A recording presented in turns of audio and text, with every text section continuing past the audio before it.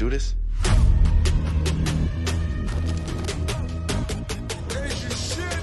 Let's do it!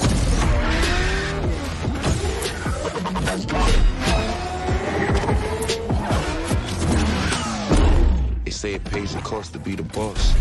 Time to show 'em who's in charge.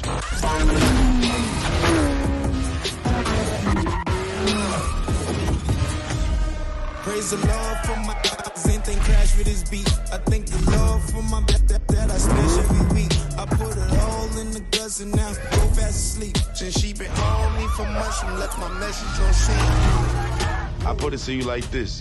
You dust me in this, I'll let you have that. Open that mosh pit up.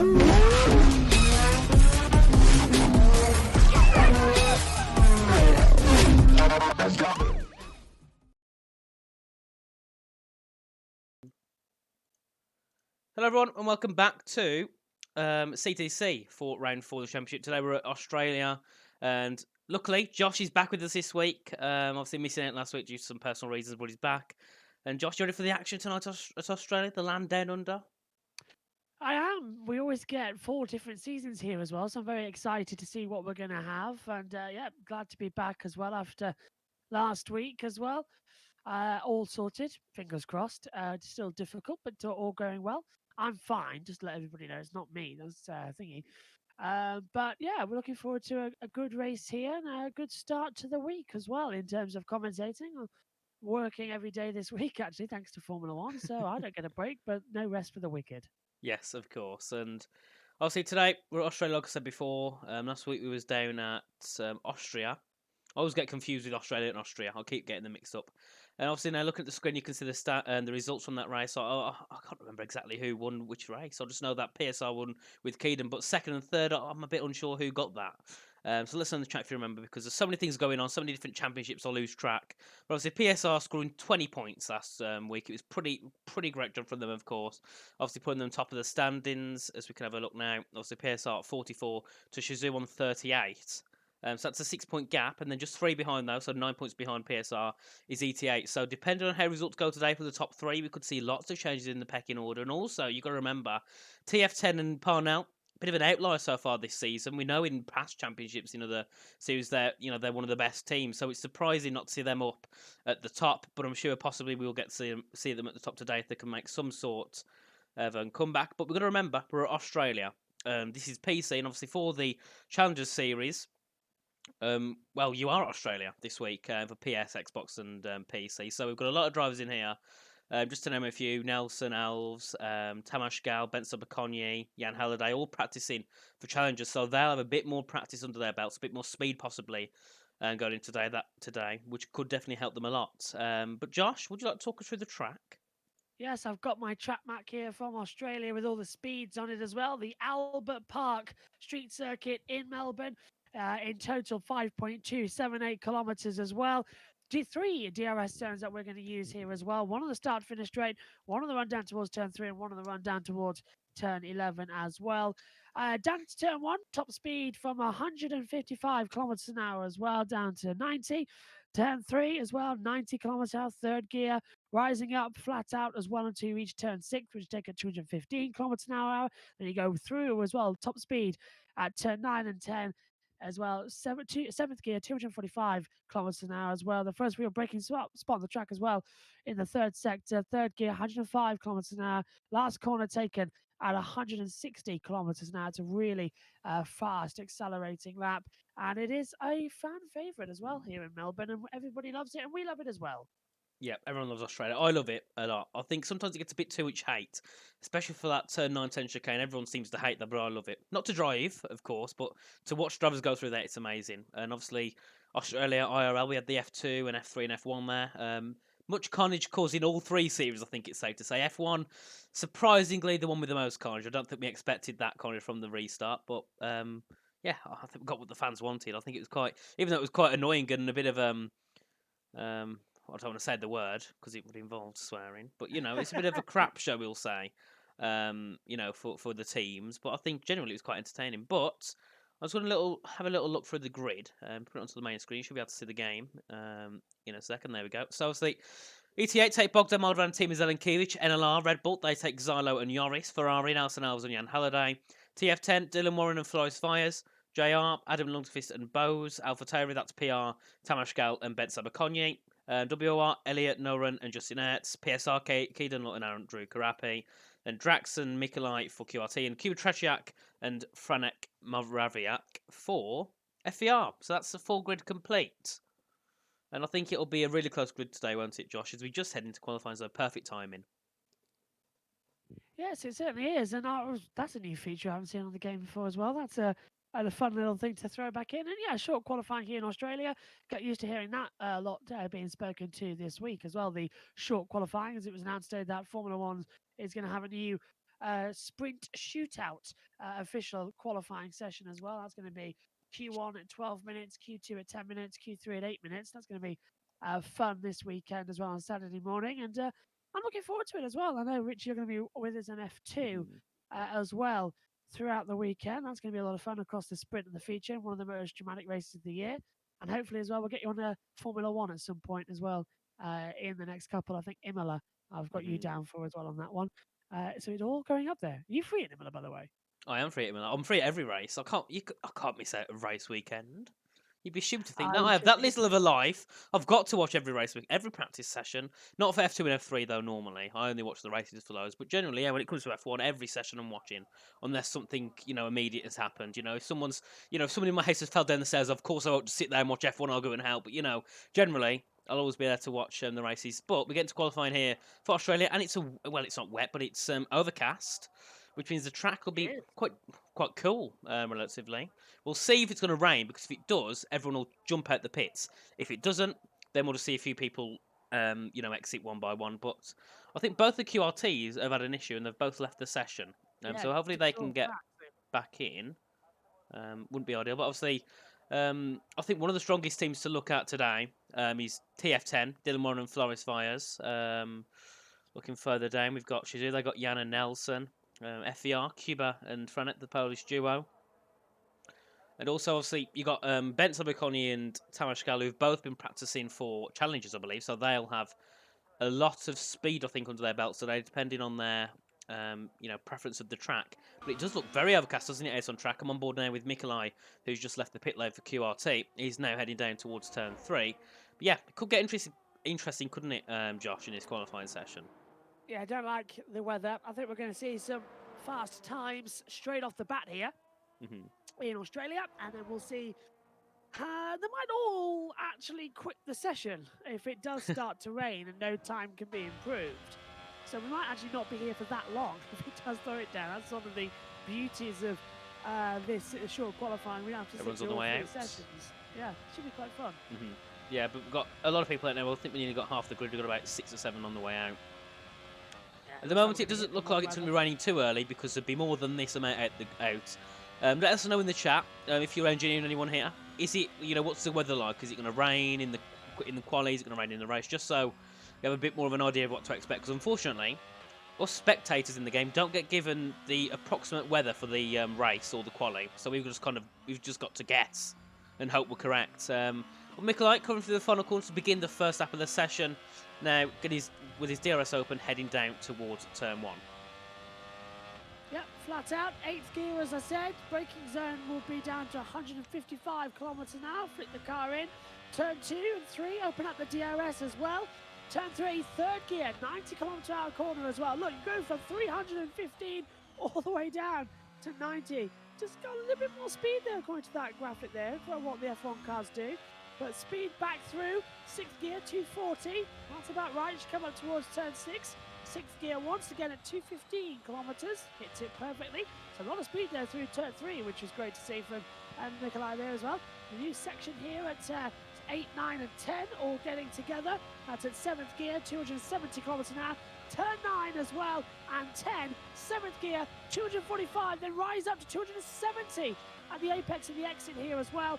Another DRS zone as you hurtle down towards turn 11. 3rd gear, 105 kilometres an hour on the brakes. Slap on as well, a tight 90-degree right to aim for as well, and sort of spit you right back down the Boulevard Avenue into 6th gear, 215 for turn 12. Down to 3rd gear, 80 kilometres an hour. Kept it around about 100 actually, so he's got a bit of speed there actually. Out of the last corner there at 160, building up already to 300 by the time he'll reach the line. First time on the board then, it's a 1:17.280. Yeah, we're on board with Elliott now, coming down in towards turn 11. Obviously, great banker time there from Mikolai 17.2. We'll have to see what the WR driver can do. Obviously, WR, and along with QRT, scoring no points so far this season, so they'll definitely be looking for a great result today if they can have the speed to do so. Elliott's having a pretty decent turn 13 there, but no, he heads back into the pit lane, so won't be set in that time. Justin Ertz, his teammate, now coming through in towards turn 13. Goes a bit deep, though, as he comes through in towards turn 14, the final corner with the DRS open. As he comes up towards the line, what time can Justin set on the board? Up to the line, it'll be a pretty quick time. It'll be 17.4, so just a couple of tenths off what Mikolai could do. Caden Lupp goes quickest by nearly a second there. 8 tenths over Mikolai there, but obviously Caden, one of the quickest drivers in the series. I think he's been the most consistent so far, but also Drax in the other QRT car. He's actually taken purple in the first sector. Just watching Nelson Alves as well. Oh, never mind, boxed it. He's lost a lap time. But here's Drax as well, as you say, Richie. 20th at the moment, but looking super strong in these sector times.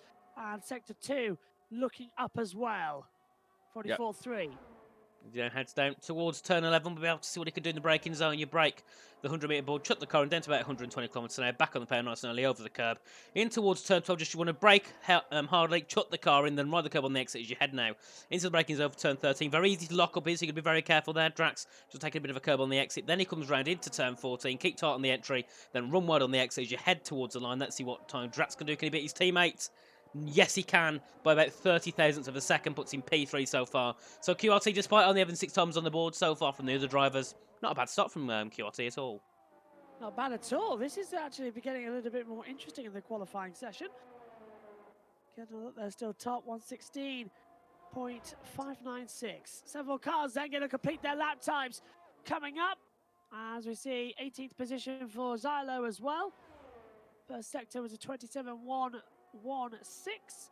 The Red Bull looking stronger in the middle sectors for NRR. On board with Cuba invalidating on his lap, so on board with his teammates in the Haas. And Franek coming through in towards turn 13 and 14 shortly. Should be one of the quickest drivers on the grid for FER. Franek, very good driver, obviously, with his Polish teammate Cuba, the Polish duo. What can Franek do? Up to the line of 17.1. Puts him into P3. Pretty solid that time there, but obviously lots of improvements to be made. Jan Halliday, I believe, sets a time. Yes, he does a 16.6, so just half a tenth really off what Keelan Luck could do. So Jan already pressuring the PSR team. As now Zyla comes through the final corner. Let's see what he can do as he hurdles up towards on. His teammate hasn't set a lap time yet, but Zyla will, and he goes up to not fastest, so an 18.2 there. So obviously made a great mistake somewhere on the lap because he's nearly 2 seconds off of Keedan and nearly a second off of ninth. That's Dylan Warren up to second there with a 16.621 for TF10, and Bet Sabakonya goes into fourth with a 16.8. So the times now all coming up towards. That's what Tamash Gal can do. Where can he go? And I believe he invalidated all his bets to win his lap now because he didn't set a lap time when he crossed the line recently. So everyone's still going stronger as the atmosphere continues at the front. Oh, this is looking mega at the moment, isn't it, with all the running? Can Yoris get an improvement on the board as well in 19th position? Into the last 2 corners, flicks in from turn 13, third gear. Back up now, 4, 5. Engine lights flashing, but will push hard to the line in the Red Bull. And will it be the 1:16.596? No, it's 8th fastest, 1:17.162.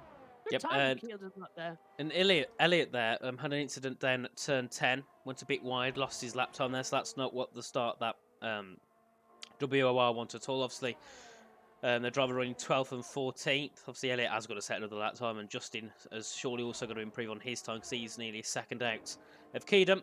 And Tamash Gal, he's invalidated on his lap time, so that's quite a big thing really for Tamash and for PR, because you've got to remember Tamash is taking part in the esports challenges on Thursday, so surely he can't be invalidating times like he did just. We'll have to see though, because there could have been different reasons of why he could have went wide. It could have been due to traffic, a step of oversteer, anything could have caused that cause for him to go wide. Nelson Alves is now beginning his lap.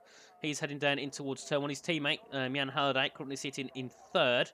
Would be nice to get himself onto that top 5 as well. His teammate, possibly, if he can, also beat Keedan. Keedan's back out on track. He's going to be setting his second lap time on the session. A 16.5, great banker there from Keedan, of course. Obviously, I believe scoring first, and he's had 2 second finishes so far this season, so doing a really good job for PSR. And obviously now ahead of the championship from Shizu by 6 points. So Obviously, Andrew Crappy needs to get a good lap time on the board, but with Nelson setting a great first sector and Jan also right behind Keaton, it could be a bit of a hard battle for PSR to try and keep that lead.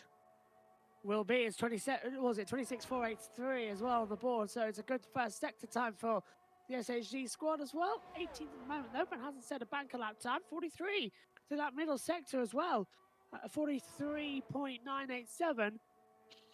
This is a good little lap in the Ferrari. They should get him, I think, Richie, up into 6th place where Flores Wise is. Nice to see Flores here. Oh yeah, I didn't notice Flores. I haven't said hello to him yet. I feel quite mean for that now. But also, I'm looking in the chat. Primoz Vuklavcic says, why this guy is saying like Matthew Gallagher we have at home? A bit of voice practice and he can be him lol. Well, who you on about? Because there's two of us here. Nelson up to line, he goes into first with a 16.555. Great lap time there from Nelson. And to be fair, once I expected him to, well, I definitely would expect him in the top 5, but I didn't expect him to jump to the top of the timings. Zelenkiewicz, he's on a lap time as well. He's been performing great recently for ET8 and the past rounds here at CTC and other leagues, so it'd be nice to see him get himself up into that top 5 along with Sabaconi and the others. I think, to be honest, Richie, that would be on about you for Matt Gallagher. I'm very much. I've been described as Alex Jakes, loudmouth of the pipe dream, all that lot. Loudmouth at what? Loudmouth of the pipe dream is one of them. Well, that's one of my favourites. See, if you're we'll go to Keaton. If you're meant to be Alex Jakes and I'm meant to be Matt Gallagher, then surely that they're F1 Esports, so that just means that we're F1 Esports commentators. And Primo says talking about you, mate. Yeah, well, I wouldn't mind being in Matt Gallagher's situation. He's obviously raking it in with his new Twitch thing. I think is his name Tom, is it? Or something like that. He's raking in a lot of money there, and also obviously featuring on esports as well. It's great, but Keaton, look, he improved, but not enough. He only improved by 30 thousandths of a second, so still not being able to beat what Keaton Look could do. We'll go on board with Jan Haller to see what he can do. Actually, right, he's either about to begin a lap or he got blocked by the QRT ahead. I'm not sure, but we'll go on board with him to see him set his next lap. Blocked, yeah. He's got a fuel light on there, so it's not flashing just yet. He's warming his tyres up for a push lap, so this should be quite fun to stay with Jan to see what he's going to do. Look at this, brutes out the last corner. Gets it just right for the best exit possible. And now, down to turn 1, push hard, and just see what's going to come in the braking zone. 325, back down to 5th gear.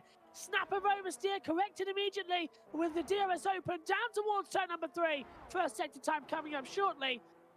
And he's just getting it nice and perfect. Tidy lap here from Jan. Yep, great start to like that from him. We'll have to see what he can do in the first sector. Was a bit of a slide there coming through turn 4. Oh, yeah. Now into turn 5. Does he improve in the first sector? It is an improvement by nearly a 10th. That's already nearly good enough to beat his time of his teammate, Nelson Alves. So we'll have to see what he can do in the rest of this session. But the issue is now he's got that QRT in the way. They move out the way finally. So Jan can now continue to power on down to the end of sector 2. We'll see what he can do now coming through just before he hits on until he gets to the end of the sector. Does he improve? He improves by 1.3 tenths. Purple in the middle sector. This is good enough so far to take pole, well, provisional pole, but he's got to keep it through this final sector because if he makes one mistake now, it could be all over. Now brakes just before the 50-metre board, chucks it into turn 11 there, just hops the curb on the inside, rides the curb on the exit up to 5th, then chucks it into turn 12, just a bit of a dab on the brakes, throws the car and get a nice bit of rotation, then you brake down at 50 metres in towards turn 13, nearly touches a bit of grass there, but it doesn't harm him too much now. In towards turn 14, Tamas Gal goes quickest with a 16.4. What can Jan Halliday do? Though as he comes up towards the line, where does Jan go? He improves to quickest. By 1:16.370, so Tamas Gal was briefly at the top. That was a stunning time from Jan Halliday. The perfect lap, and with 5 minutes 30 to go, can anyone beat him? I don't think they can. That was a tidy, tidy lap we saw. It was a tidy lap, and this was up by 2 tenths, but unfortunately, oh no, sorry, no, he improved on his lap. My bad. I thought he was up in his first sector, but I thought, yeah, no, he's not up by 2 tenths in his first sector. He was only coming through in towards turn 3. But the two TF10s, we'll see what they're doing. Floris, I believe, is on a lap now, along with Dylan Warren. We'll go on board with Floris first. He's now coming through in towards turn 5. We'll see what he can do in his first sector if he's on a lap. Of course, I don't think he is. No, he's not on a lap because he's on 32% battery. I think Dylan Warren, let's see, I don't think he's on any improvement. No, he's not. He's just improved to 16.6. So he won't be making any improvements. Sabaconi, is he on a lap? No, he's down by 2 seconds. So many people either getting ready to set that lap or not set one at all. And Keaton Lott now on his out lap, beginning to, well, I believe this will be ready to set his final lap of the session. Bose is on a lap, so is Bogdan Moldovan, 17th and 19th respectively. I think Bogdan's actually slightly ahead. He is. So they're both actually on track together in this part of the track. So Bogdan will be the first to cross the line. Bose will be second. And Bogdan, he's usually up towards the front of the field, struggling in the Mercedes here tonight. Down in 19th place, 117.582. Comes out the last couple of corners. Gets on with the DRS in about 3 seconds. 2, 1, activate. As soon as you exit the corner, push to the line, won't be pole. Where can you get up? 12th only. What about Bose right behind him? He's in 18th position and he's boxed. Yeah, on board with Drax now. He's beginning a lap. He's coming through in towards turn 5. Caught in the QRT, 15th and 16th, so still far away from points. And he comes from his 8/10 down, so he's not. He's either let off in his lap or he's just completed one. But also, it's the ET8 starting 12th and 14th. That's not the start they want. Obviously, the top 10 gets points. So starting 12th and 14th, you're outside that points. Well, Bogdan's just outside and Tima is quite a bit outside the points. So they've got to benefit off something today to try and make, try and get themselves some points. Because remember, they're third in the championship, 3 points behind Shizou. Shizou currently qualifying first and third. PSR, 4th and 17th. So Andrew Crappy not getting the lap that he would have wanted. He's starting 17th. Yeah. That really does ruin, the qualifying streak that PSR have been having. Keaton is on a lap and he's up. I was just pointing. Was it validated? Oh yeah, there we go. So see, does he pit and come back out, or does he? Yeah, he's going to pit. So I think. How long do we have left on the times? The yellow flags ruin it, so you can't really see. Apparently that's going to be fixed for F123. Right. 3 minutes to go. Yes, 3 minutes, thankfully. So that does give time for everyone to get back out. Bo's already out on a lap now. He's on his out lap coming through towards turn 3 shortly. Zylo. Gone. I don't know if Silo's setting off to begin a new lap, or if he's going to jump, back into the pits to start to get a new fresh set of tyres. We'll have to see, because he's letting off heavily for an in lap. Surely by now you want to get into the pits as quick as you can, swap your tyres and get out. But we'll have to see, because he might fancy trying to set a lap on those sets of tyres. We'll see. He's on 62% of batteries, so I can't see that being possible. And he comes back into the pits. I thought he would have rushed a bit more to get back into the pits there. Took that very slow. Now everyone getting out on track. We've got Sabakonye, who's second on track.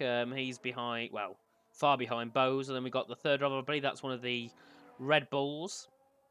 So that will be Yoris. And we've also got an Alfa Romeo. So that'll be Elliot or Justin. Yeah, so many people getting out. We'll go and have a look at Jan. His teammate just behind Nelson. They're sitting pretty solid in qualifying. Obviously, we haven't seen Nelson much at all as of recent, so it's nice to see him having some great performance here. But the issue the drivers have got now is if they mess around overtaking each other under this section, we're going to first of all possibly see crashes because of miscommunication, and second of all, we could also see people not getting to line in time because they'll all be letting each other through, slowing down to have some gap. And Jan taking it very slow, isn't he? He wants to be one of the last to set a time because he's let his teammate through, he's let McLaren through, and a Red Bull, an Alpine now, an AlphaTauri, and then shortly the Haas. So Jan wants to be one of the last to set a time, which is fair. You can't really blame him for it. Sabakonye is about to start his lap, so we'll go on board with him as he heads down towards turn 1. Boots it hard through. Nicely done as well. DRS open, bang on time. Turn 3 is the first real opportunity to make a mistake because it has to line up perfectly. Little lock up, I can hear it over the radio, but he's okay. Now tightens it up to the car park section, downshifted at one point. It's an okay entry to the lap, Richie, but it's not perfect. No. Let's see what he can do. He's up by 17,000, so he has a bit of an improvement. And we'll see what he can do now as he comes through. Now to turn 8, shortly up towards turn 9 and 10. Still don't know why they don't class this part of it. But we've had an incident that's Justin down at turn 2. So he's obviously lost the rear on the exit of turn 2 and just spun the car onto the wall. Sabakonye, 76,000 up in that middle sector. So far, could be looking to try and hunt for a P3. Obviously, his teammates in P2, Parnell Racing, really need a good qualifying. And so far, they're looking pretty solid. 2nd and 5th at the moment. Could be an improvement for both their drivers. And Bose goes 8th fastest there with a 16.8. Sabakonye, nearly in the way of a Mercedes there as they come through into turn 13. Shortly in towards turn 14. We'll see. What can Sabakonye do? Has a bit of a... has to make a bit of a correction there to turn 13, and he comes up towards the line. It should be an improvement for Sabakonye easily, but we'll see where he can go. And he moves up to... Oh, no, sorry. No, he lost 50,000. Keaton's invalidated on his lap time. Nelson is invalidated. Tamashkal's invalidated. Jan is still on a lap time. We'll stick on board with Jan now to see what he can do as he comes through. Zylo finishes in 20th. That's Yoris up to 7th, getting through on Floris. Jan's in the middle sector, and he's up by 14 thousandths on his own best time, so a new provisional best is coming. Tamascal is coming towards Invalidated. that. Oh, he's invalidated. And Nelson is invalidated. Keaton Lunt's invalidated as well. So this looks like it's Jan Halliday's for the taking and just completely wiping the field out. Yep, and Nelson retires in the pit lane. That's Lundqvist going into 7th. We'll see. Can Jan improve as he comes through the final, come up to the line? Tamas doesn't improve, obviously, because he invalidated Jan. Can he get higher up on pole? Yes, he can. He improves by 12 thousandths to a 16.357. I don't think we've got many other people that can try and target that. We'll see what Team Zelenkiewicz can do, though, as he comes up towards the line. Where can he go? He moves up to 10th fastest. Floris Fires on a lap as well. He's up by 2 tenths in the middle sector. We'll see. Can he improve in the final sector and try and take pole up to the line? Floris goes 3rd with a 16.513. Sabakonyi. Yeah. He's on. No, he's not on a lap time. So that's Drax Sabakonyi done in Span. qualifying. And I think that. Drax Span coming out the last corner, so he's not going to play any further part. He will start 17th on the field. And what a lap! There is Drax rolling across the line. Jan Halliday then takes pole position for the Australian Grand Prix. Round 4 of the season looking good. Yeah, great there from Jan. And also his teammate Nelson obviously didn't improve. He finished 4th. Floris, so obviously benefiting there of the invalidations from the other drivers ahead. Obviously putting himself into 3rd. That would be great for TF10. Obviously his teammate Dylan Moran finishing in 7th. At the moment, I think we've got 7 teams in the top 10, which is great going into the race. Obviously JR want to score some points for their first time this season. Teamer just about getting himself into 10th. Obviously 88 want to be scoring some great points to try and keep up with the likes of PSR and Shazoo. But the unfortunate part to take away from qualifying is Andrew Crappy starts 18th. Yeah. And considering PSR leading the championship, having one driver in, I think, is it 5th for Keaton, and then having and one driver down in an 18th, it really gives them such a hard job to do. And Shazoo obviously starting 1st and 4th. They're looking pretty solid to try and fight for that championship lead yet again. Obviously took the lead at the first 2 rounds, then after the last round, PSR took it back. And coming out of this race, they're looking again, unless they have some sort of incident, to try and take that championship lead back again. So at the moment, it seems like it is a PSR Shazoo battle for the title. This is going to be so much fun. Coming into the race that will get underway in just a few seconds' time as well. Yep.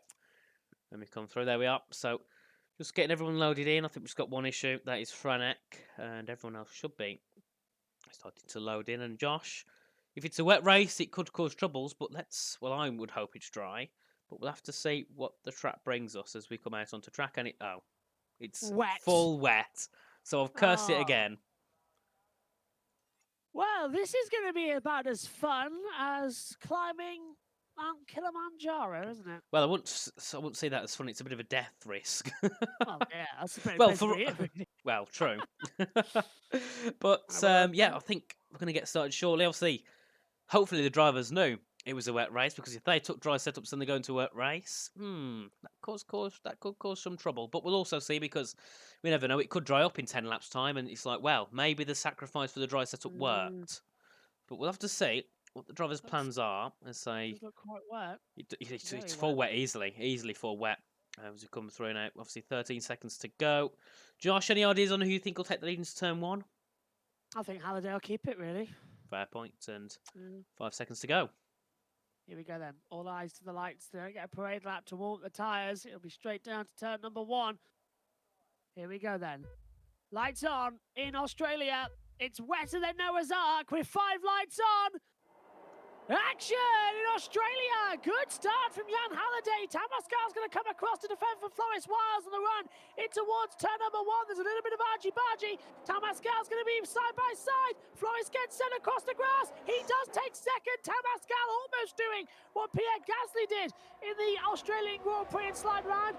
As well, Sabakonyi is up into 5th position. Keaton Lunt up into 3rd as we come in towards turn 3. A little bit of side-by-side action as he tries to battle Tamascal, who keeps his foot in round the outside, and they are twitching like crazy out there, Richie. Yeah, going through. Dylan Moran looking for a move on Nelson. Nelson had a really bad start. He's now looking to try and fight for 7th at this point from Dylan Moran as we come through into turn 7, shortly into turn 8. And Nelson's must have took some sort of setup that obviously doesn't work in the wet. in the wet because he just seems to be losing lots of time. So is Sabakonya looking for a move on Keeden Lutt down towards turn 9 and 10. Surely they won't go side by side. No, they won't. But Dylan is going to go around the outside at turn 9 on Nelson Alves. He does try and stick it in. He gets the inside into turn 10. Can he get through? He's going to take the inside. Oh, and they touch. And that's Nelson off track. Dylan has a big slide. Big snap there, and Adam Lundqvist has gone down the order as well. We haven't got a safety car, but now Dylan's under pressure as well. Now we've got the safety car out. Oh. Some unusual calls. No one's out of the race, but full safety car's called. That's something. That's a bizarre one indeed, but obviously lap 1, you was correct, Josh. Jan took held the lead. Yeah. Floris Vise up into second. It's been a long time since we've said that, isn't it? Floris Vise up in the Nice top to see two. it. It is nice to see it indeed, and obviously TF10 2nd and 6th, PR 3rd and 5th. That's what they want, but look at Nelson, he's down in 9th, so he had a really poor start, lost five positions. Karapi's into the pit lane, so maybe he got some damage. Because I can't see them pitting onto Inters at all. We'll have a little look on the tyre graphic, because shortly it's not Inters at all, it's complete wet. And it is, but Andrew's got no front wing at all. So and the he's... same for Lundqvist, and Drax as well has got problems. Oh, so they've all got no front wings, it seems. Yeah. So they must have had an incident down... would have been down at turn 9 and 10, wouldn't it? Or the exit there. Yeah, they must have gone 3 wide. We'll look at the position change after that one, and obviously 3 up for Bose, 3 up for Bogdan, 5 down for Nelson, 2 up for Yoris, 7 up for Zylo. Great start there from Zylo. 5 up for Justin as well. He's moved himself up to 14th, 11 down for Lundqvist, 3 down for Drax, and obviously not really much of an effect for Andrew because he's staying still where he started. Mikolai losing 3 positions on the start. He's down to 17th. Tamash obviously losing 1 and Floris gaining 1 as they had their little battle through into turn 2. I've just had the prediction tyres up and it's wet the entire race. Oh, okay. So that could cause... we could see some different strategies. So, I did a race at Austria last night for... WR, that was it, yeah. I did a race at Austria and I don't know what the track deg's like around here for the tyres, but I know for a fact that people was trying to take those tyres to the end, the wet tyres. We had a full wet race. Cameron, Harlem, and who was it now? It was Cameron, Harlem, and someone else, and Tom Martinez. That's it. Took their tyres 30 laps. Safety car came out. They pitted. Mark Schluter took his tyres 27 laps and got to the end. Cameron said that he could have easily got to the end on his, well, not easily, but he would have got to the end with the risk of puncture. So we could see some drivers think, actually, you know what? We'll stick it out. We'll try and get to the end on our tyres. So, you know, we could see a bit of play in the non-stop tracks. Obviously, remember, for people that don't know, when you're on wet tyres, inters or wets, you don't have to do the mandatory pits. You don't have to do the mandatory pit stop onto a different compound of tyre. You can stay on the one you started on and just take them to the end. So that could be interesting to see what happens if some drivers think, actually, you know what? Maybe my setup works quite good with the tyres, and we'll try and take them to the end. Some obviously might not be able to, due to having lockups and other issues. So we'll have to see what happens when it comes to that regard. Thomas Gal just overtook Yeah, Flores I heard that. That I saw was that. turn number 1, and now he's got bypassed and is not keeping the 10 car legs. He's trying to get as much temperature in as possible, but the reason for the safety car is for debris on the track, so it must be a bit too sensitive because that should have been a virtual safety car. Well, there was 3 front wings off, so that I suppose that could have. But then again, I don't think so. Oh, incident. Oh no, we're not. We just got. Oh, well, what's happening here? Hello. So That's Drax. yeah. Oh, so I think Drax has done a bit of a Max Verstappen, overtaking towards the braking zone by accident, locking up, and because that's what happened with Norris in Singapore, wasn't it? He broke a bit too late and just passed Norris under the safety car. So I think that's a bit like what Drax had done there, but got through Andrew and Adam. But big shame for Adam, though, because he had a pretty good qualifier, didn't he? Started, I think, was it 9th? His teammate up in 8th as well, so JR looking to get some points. And I think, yeah, because obviously JR, QRT and WR are the only teams so far, I think, that haven't scored any points. So JR will make it 8 out of 10 teams to score points.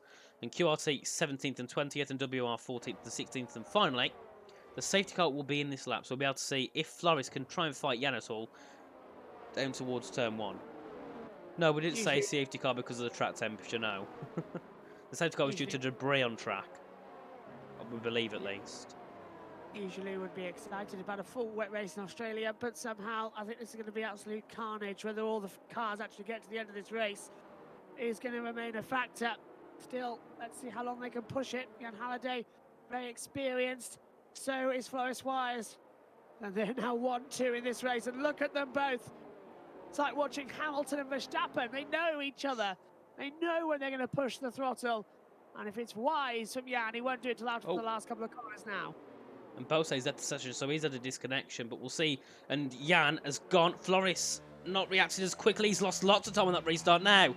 A possibility for Tamas Gal to try, if he can, get back that position down to turn one. We've also got a battle between Ben Sabakonya and Dylan Warren. This is for fifth, but back to the front. Can Tamas try and get through? Bit of wheel banging between him and Floris, and I think, Tamas there just driving himself off track. Then at turn one.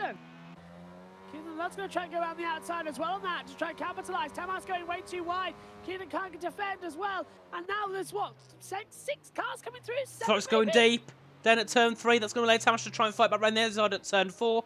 He has a bit of a slide. Could have been a bit of a touch there from Keaton. But I'm watching Benz to see if he can try and get through on Dylan Warren. Because look at this battle here between 2nd and 6th. And that's Tamas going wide. He's going to lose time. But Jan, having a perfect restart, now leads by 2.1 seconds. We'll see. Can Dylan Warren try and get the back of Keaton? Because Keaton will also try and look on the back of Tamas Gal. But on board with Dylan Warren. Is he trying to gain? No, he's not. But Ben Sabakonya is. But it's not close enough as a head down towards turn on. But the issue is Bose started in 8th on this restart, dropped into 13th because he left the session. Nelson ran the outside of Bogdan coming into the braking zone. He had to back out of him. Bogdan stays 8th, but Nelson had the run on the outside line. Now Dylan's under pressure as well. He's going to push the inside of Keaton line to the braking zone. Very close, nearly touching the back. They're still touching wheels. Dylan Warren going to try and push through on Keaton Lund. Keaton's defending. Round the outside comes Ben Sabakonya as well. And now Joris getting involved in the braking zone. Turn number 14 is not an opportunity for overtaking. Wide goes Joris. Down the straight we go. Yellow flag out again. Bose's gone round. And Jan Halliday with a fast lap, but they're all trading places further back. This has allowed Floris to get in their way. But now Dylan wants the inside of Keaton into turn number 1. That's too late. Oh, and they just go a little bit wide, and that's going to give Ben Sabakonya the move to go right round the outside of the pair of them. Yeah, great move there from Sabakonya. Just getting through on the, taking advantage of the mistakes from both Dylan and Keaton. Going through, and it's Carnage 3 wide. Down into turn 4 now with Joris on the outside backside because he knows that's not going to work at all. Joris being pushed off track. That's Keaton still under some pressure there, and Joris goes through into 6th. Joris having a great restart. Nelson Alves also under pressure on Team Zelenkiewicz, and Bogdan Moldovan putting some pressure under Keaton. Keaton's also putting pressure under Joris. This is a chaotic restart now as he come through down towards turn 9, and I think there's a bit of wing damage flying there or something on my screen popped up there as we come through. Nelson Alves, and has he got damage or has he just lost positions? He's got damage. No, he's not. He's got damage with this little side-by-side further back. Look, with one of the Haas cars of Frank Moravak as well. That's damage. There we go. Yep, that's Moraviak. I think had a bit of incident there with Nelson down at turn 9 and 10. So that's Frederick now off track. He's going to be shortly overtaken by, but no, he's already been overtaken by his teammates. Sorry, he's now going to lose lots of positions down the grid. But that was a chaotic first set, wasn't it? When second sets from those guys, 2nd down to 7th. And Keaton's lost out from this. He's dropped down by 2. Joris gained 3, and so is Dylan, and Ben Sabakonya gained 2. But yeah, we go back through, and Zylo. Yeah, Zylo and Nelson battling, coming out the last couple of corners. They're not giving it anything, are they, between those two? No, and as we go through, down into turn 1, obviously, Zylo started, I believe, in 20th. He's now 10th, so he's had a great start so far. Joris as well, gaining some positions. So NLR having a great start, looking to get both their drivers in the points so far this race. Obviously, Zylo's going to get him back onto the back of the 2 ETH. Remember, Josh, I said they're going to struggle. They're going to struggle, aren't they, to get through into some points because they started 12th and 14th. They're now sitting 8th and 9th. It seems everyone wants the tyres. It's pretty self-explanatory what the tyres are. It's wet on track. It's not going to be soft, is it? As you come through now into turn 8. And Elliot's looking for a move on Adam Lundqvist. This is down for 15th position as we go through.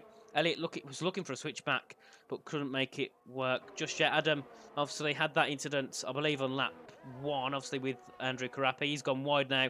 That allows Elliot to go round the outside then at turn 8, get through, and Adam can't fight back. Trashiak now through on Zyla. This is down at turn 9 and 10. Switch! Sorry, Ben Sabakonya has gone through, so to the one. Tamas Gal had a huge twitch coming out of turn 12, and now he's having a losing streak as Ben Sabakonya goes up into 3rd position. Yep, and that's Mikolaj spinning round. That's someone binned it down at the exit of turn 10, or they've lost it and stopped on track. I believe that was Adam, it was Adam who lost it there. Well, yellow, all 3 Oh. sectors. I thought that was a safety car. No, we're back underway. No safety car on the board, so there won't be a safety car, luckily. Lois Wires, fastest lap, 1:31.476. Codemasters really need to fix that, though, because Well- when you see all 3 yellows, you think it's a safety car. Well, Mikel gets he's got a penalty for. Oh, he's going to Two. probably be going into the pit lane to retire. I wouldn't see him wanting he's to got 6 continue, seconds. but Dylan Warren basically pushing Sabakonyi through turn 3 there. Looking from around the outside, can't make it work, has to just stick behind as they come through. But obviously all this battling from Benson, Tamas and Dylan all going down, it helped Flores because he's now got a 3.5 second gap. We've had a spin again, that is Mikolai down at turn 12. But also, obviously Jan got the better restart over Flores as well, so it's gave them, what? Jan's got a 6.5 second gap to the battle down for 3rd and 4th. And Justin Yates has retired on track, I believe. Yes, he has. Down at turn 8, and this time, Josh, you were correct. We've got a safety car. And yeah, out of the race, presumably, out goes Mikolai as well. So this safety car.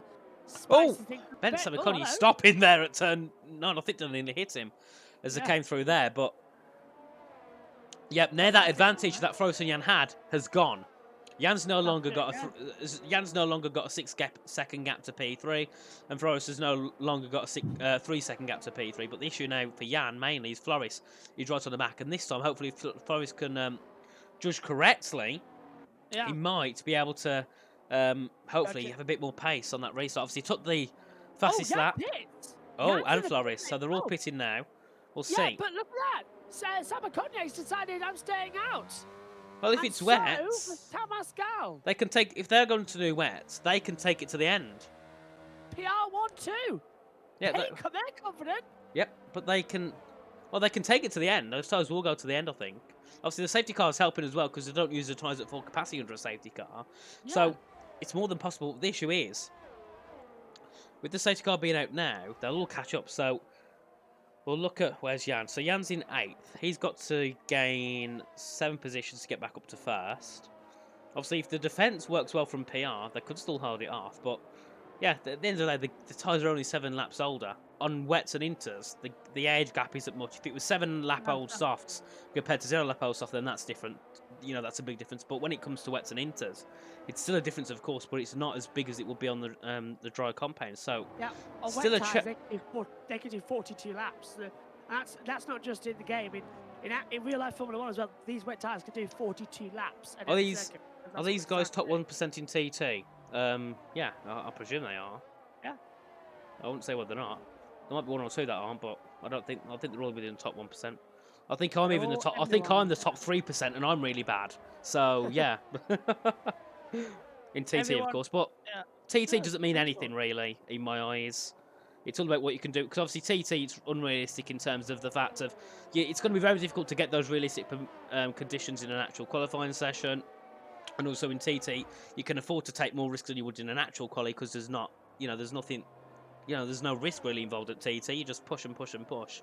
So yeah, I don't really like to count TT. I think it's a bit of a useless tool really, in terms of practicing. Normally you'd want to get yourself into the online sessions. But yeah, not all of them are in 0.1% for sure. I know that for a fact. But we come through. No one's boxing this lap. They're all staying out. Into turn 14. Obviously PR looking for a 1-2 at the moment. That wouldn't be bad at all. Pole was a 16.3. I believe it was Jan Halliday who took pole. And they go through down into turn 1 yet again. A safety car. Bert Mylander leading the race. Has probably led the race more than anyone so far this race. He's already been out twice. Already looking for retirement, I presume. Drax. Oh, Drax is up into 10th because he didn't pit today. So look, this has helped Drax. He's put him into top 10. QRT in the top 10. Elliott, he's in 11th with WR, obviously. They're looking possibly to try and jump onto some points. So yeah, it could be interesting what happens in the rest of this race. The issue that Dylan, Caden and Andrew have got is they've got drivers right ahead on the older tyres. And Crappy, he could also look to work through this as well. He's now, 8 tenths behind his teammate, also pitting. So it could be a bit of a comeback drive for Andrew. Yeah, it's going to get interesting once it's at the end with all of these different strategies. It's better than what we see with the harder mediums. Everyone pits within 2 laps of each other. Here, we've actually got different pit stop strategies, complete ones. So the action's looking very strong. Hopefully the safety car will be in this lap. Unless they're waiting for Bose to catch back up to the field, but he should do it soon. Yep, Can't he'll see catch why up. not. Yeah, surely he'll catch up before they get. Yeah, he'll catch up. He's already caught up now. Yeah, there we are. He's caught up to the pack. So we should get going after. Well, on the next lap, lap 10, Yes. and there we are. So we get to go under racing yet again. Notice Joris up into third. I haven't really watched the top 7, but you got the 2 NLRs in third and 7th, the 2 ET8s 4th and 5th, the Parnells first and second. So these could really throw the grid about, couldn't it? Going into in terms of standings after the race. Just trying to work out actually those gaps on the computer right now as well, or on my phone right now, just trying to work them out. And this is really good for PR if they can manage it, isn't it? As you were saying. Definitely. But if But PSR, because everyone keeps changing yeah, positions. well, if PSR have got the pace to keep up and try and get through on these older tyres, they could also be looking for a great finish, along with Floris, Dylan, Jan. So we'll have to see what happens as you go through. Well, they're going to keep it together, aren't they? The 2 PR boys, NLR for Joris. They have to keep the 2 BT8s behind. Green flag again here in Australia for the 3rd time. How like Formula 1. Jan Halliday easily dispatches Zylo as well as the racing resumes. Oh no! Floris Wires! 3-second time penalty for multiple warnings. Joris round the outside of Tamas, getting to turn 3. Tamas forces him wide with a side punch, and it's not going to work out. Tamas stays second.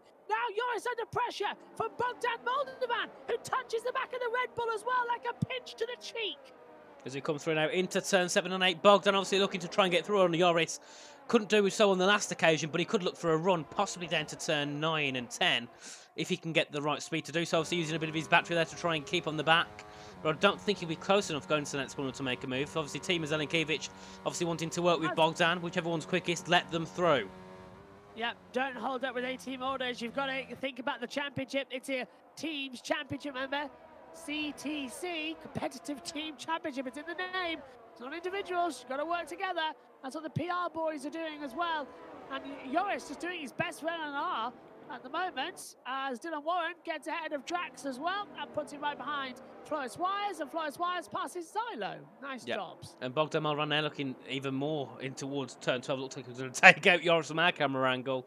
He wants to get through quickly on that Red Bull, and they now come out of turn 14 up towards turn 1 just again for the 11th time. Also, we've got T-Mac gaining on Bogdan. Obviously, they're not going to fight too hard. I think if they figure out maybe T-Mac's quickest, they'll swap them through going down into turn 3, or they'll swap them down somewhere along the track. Trash Jack also looking to try and gain as well. He's in 6th currently, heading down in towards turn 3. Nelson Alves gets a penalty. That's the one of the Shizus with a 3-second time penalty. That's Elliott now dropping down to 18th position behind Bose. JR, obviously, you jinxed them a lot because I said they'd have a great race because they moved up into 8th. They're now 16th and 17th. As we head through now, out of turn 5, now in towards turn 6 and 7. Jan also now looking to try and gain on the back of Kuba Tresiak as they come through out of turn 8. Well, coming into turn 8, Jan, a lot more pace there as they come through out of turn 8. Now coming through towards turn 9 and 10, the chicane. And I don't think he's going to be close enough just yet, but he has got pace in the corners, obviously better grip, so he could see a possible move coming down towards turn 11. That's Keedon, look, getting through on Drax. That's Dylan Warren getting through on Zylo. Down just before the chicane. That's Zylo and Keedon, I think, going side by side. No, it's not. It's Keedon and Drax going side by side out of turn 10 there. And Keedon, obviously, better grip, better tyres, get straight through. Now, Jan, going to be looking to gain down to turn... Ishmael Fassi's joined. Obviously not to race. He could be doing some engineering work. I'm not sure. As they now come through 8 to turn 12. Jan still looking to pressure. Kuba Tresiak into turn 13. Can't do anything just yet. And Bogdan still looking to try and get through on that Red Bull. But the Red Bull is not budging at all. Jan's going to have a great exit here as well to begin to push. Can Bogdan just about attack Joris as well further up? There's all sorts of drama bubbling away in this race. Floris Wires, however, with that penalty, his fastest lap, 1:31.194. But Jan Halliday is effectively the net race leader. He is, and well, it depends because obviously these guys could still possibly take them to the end without pitting, unless another safety car comes. I'm not sure, but yeah, they should take them to the end easily. And Joris still looking to put some pressure onto Tamas, and I'll be honest, I'm quite surprised to see Joris battling Tamas here, and that's no offence at all to Joris, but obviously Tamas is one of the quickest drivers here, and Joris hasn't had the best form. This championship so far, so it's nice to see him trying to fight for the top 2 spots.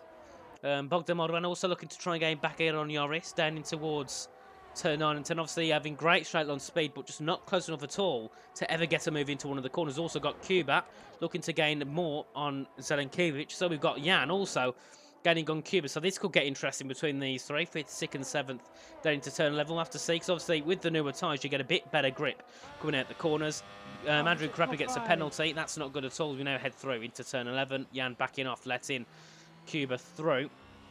But the main part is TF10, PSR, and Chizou, 3 of the quickest teams, 3 of the best performing teams in quality this race, have all got penalties, which doesn't help them at all. Obviously, now we can see Tamash actually holding people up, so that's obviously probably going to be due to help Bents, I presume. But now you're obviously still going to fight on the back as they come down to turn 1. Bogdan also, still, you can see he gets within a tenth or two, but he just hasn't got the confidence yet to make a move. And that's Nelson Alves out the session. He's retired on track. Nelson Alves, he's binned it, a bit like Sergio Perez, and that's another safety car yet again in this race. Virtual? I think it's no, virtual, it's no. Richard. You can see the safety car coming out the pit lane now. Look, there's Bert Mylander, the other Aston Martin of Elliott having to get through.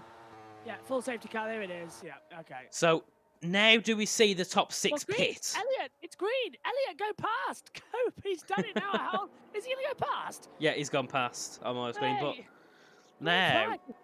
flag. You overtake the safety car. Yep, that's annoying. 3 safety cars in 13 laps.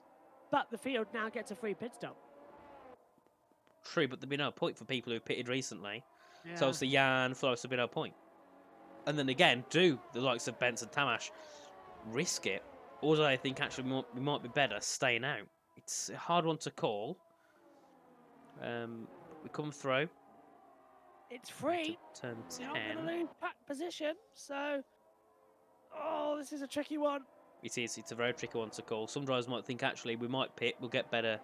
You know, we might get some better pace on the newer tyres. Some might think, actually, we know for a fact we won't be as quick as the likes of Jan, Flores and Dylan, so we'll stay out and just try and defend as long as possible. But we now come through into turn 13. We'll have to see what Ben Sabakonya does. Obviously, there's a gap there between those two, so maybe they are thinking of pitting.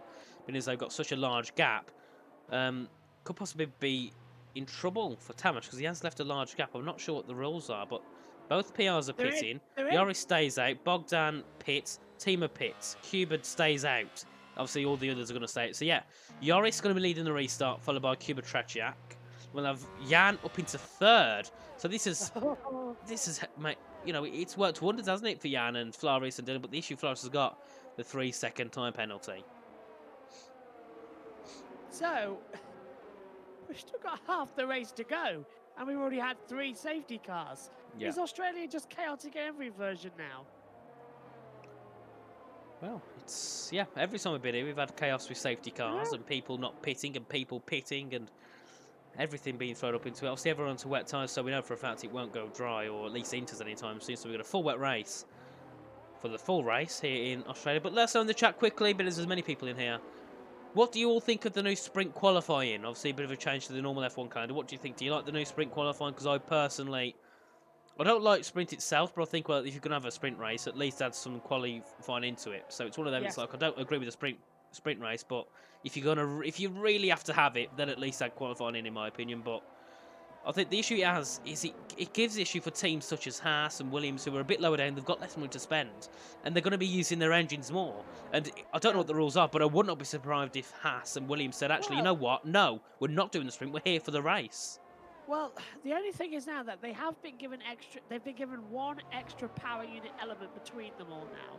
So it's 4 engines per year think for likes of Haas and Alfa Romeo, who would, you know, I won't say the slowest teams, but they're near the bottom of the grid. They're not going to realistically score points in a sprint race. So it's like, well, they're going to do 6 extra qualifying sessions, 6 extra races. It's like for Ferrari engines, that's going to be more than 1 power unit, surely. Well, won't be surprised. It's already opened the Pandora's box because Charles Leclerc got a grid penalty in Saudi Arabia after using 2 control elements of the storage unit for energy storage, and now you're allowed 3 of them per season. So he shouldn't have got that grid penalty in Saudi Arabia. So Ferrari are angry with that. And we're 3 races into the season, Richie, and they've already changed the regulations, and not everybody likes the fact that the grid penalties. They've opened up the Pandora's box, and this is only the beginning of penalties and hearsay. This is the year that the FIA lose control. Yep. I'll tell you that right now. Well, they're going to use everything they can, and hopefully it's all in aid of just having it a bit of a test season. I don't think that should be allowed, but maybe they're going to use it as a bit of a test run. We'll see what works, what doesn't work. But it's a big crap show either way with the FIA, year after year. Personally, Yeah, I was think thinking, why is there beef in the chat? Just stop arguing. No one really cares about NLR and people spinning on purpose. Just get on with it. We're here for the racing, not yeah. here for arguing. The only thing I've got a problem with is the fact that Ross Brawn designed these regulations and then ran off as soon as he realised how bad they were. But at the moment, Lars, it looks like no beef. There is beef. Well, I think there'll be many drivers with beef as well after this, because we've seen already many... I prefer chicken. Well, I wasn't Beef going in... pie, yes, I was going chicken. more in the direction of the drivers will have beef against each other because the way people have been overtaking. Bogdan and Tommaso, talking about beef, have just overtook each other down at turn 9. I see now. Oh, and Lars having a bit of hate in the chat as well. Well, deserves it in my opinion. Only joking, Josh. Don't worry, I'm not trying to cause anything. I'm just sat here thinking, what are you doing? The safety car doing more laps than drivers. Yes, that's correct. The safety car has done more laps than the drivers, and I think we're getting ready to start this lap. So, Josh, take us away for the fourth time, isn't it? Here at Australia. They're really liking these starts, aren't they? Well, I certainly They're pushing aren't. like crazy. Who's going to have... Okay. Who's going to have the best run? Green flag this lap. So Joris will lead them out of the last corner. When will he hit the accelerator? Cuba's just behind. Away we go for the fourth time today. Green flag is out at Melbourne. Into turn 1. There's an action further back with one of the Mercedes diving towards the wall. I think it was Zelenkiewicz trying to defend from Drax. It was. Joris gets a great getaway, and nobody at the moment is shifting for overtakes. But I'm surprised Jan Halliday hasn't decided to punch up because he is on fresher tyres than those ahead. Yep, and I'm looking at the bottom. That's Sabakonya having a fight with Bose there. That's down at turn 3 and 4.